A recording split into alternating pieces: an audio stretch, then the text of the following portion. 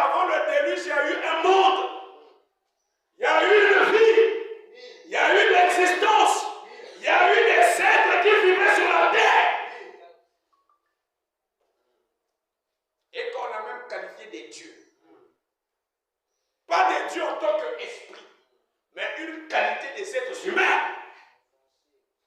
Parce que le désordre que nous avons aujourd'hui, les guerres que nous avons aujourd'hui, est une affaire qui vient de loin. C'est la même guerre entre Caïn et Abel qui ne fait que changer de forme. Et aujourd'hui, caché dans la religion, ça fait plus mal. Pourquoi Karl Marx a-t-il dit que la religion est l'opium du peuple? Parce qu'il a constaté que l'Église catholique, au lieu de faire ce que Jésus a dit, l'Église catholique ne faisait que piller les gens. Voilà pourquoi le philosophe Karl Marx a dit ah non, l'Église est devenue un empire. Au lieu de donner l'argent aux gens, vous êtes en train de piller les gens. C'est ce qui se passe jusqu'aujourd'hui. Voilà pourquoi je ne tolérerai jamais ces systèmes-là. Repartons dans la Bible. Étudions qu'est-ce que l'Église était.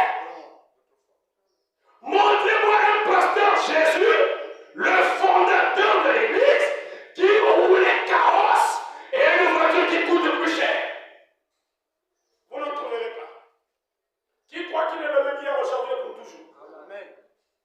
Frère Branham me dit, si on me disait que Jésus-Christ est venu physiquement maintenant et qu'on me présentait ses marches de cou, je ne le croirais pas. Il dit, mais ce que nous avons besoin maintenant, ce ne sont pas des marques de clous. Amen. Ou sa couronne d'épines. Il dit, mais c'est sa vie. Et Hébreux 13:8 dit, Jésus-Christ est le même hier, aujourd'hui et éternellement. Si nos églises ont Jésus, on aura la même qualité de vie. Bishop, archibishop, voyez-vous, un pasteur qui a un parc des voitures. Pendant que dans l'église, il y a des gens qui souffrent. On se sert maintenant de la religion comme marchandise. La Bible comme marchandise à vendre aux gens. Non, non, non, non. Ça vient de quelque part. Et je suis ici pour vous le révéler. Pour que vous soyez libres. Que vous ne dépendez pas des gens. Que vous ne dépendez pas d'une église. Que vous ne dépendez pas d'un bâtiment. Vous êtes un peuple libre. La Bible dit, celui que le Fils affranchit est réellement libre. Qui croit que Jésus est mort pour lui à la fois. Et qui croit qu'il est un homme libre. Mais pourquoi voulez-vous vous attacher au système des hommes? La femme du pasteur ne porte que des vêtements qui sont commandés.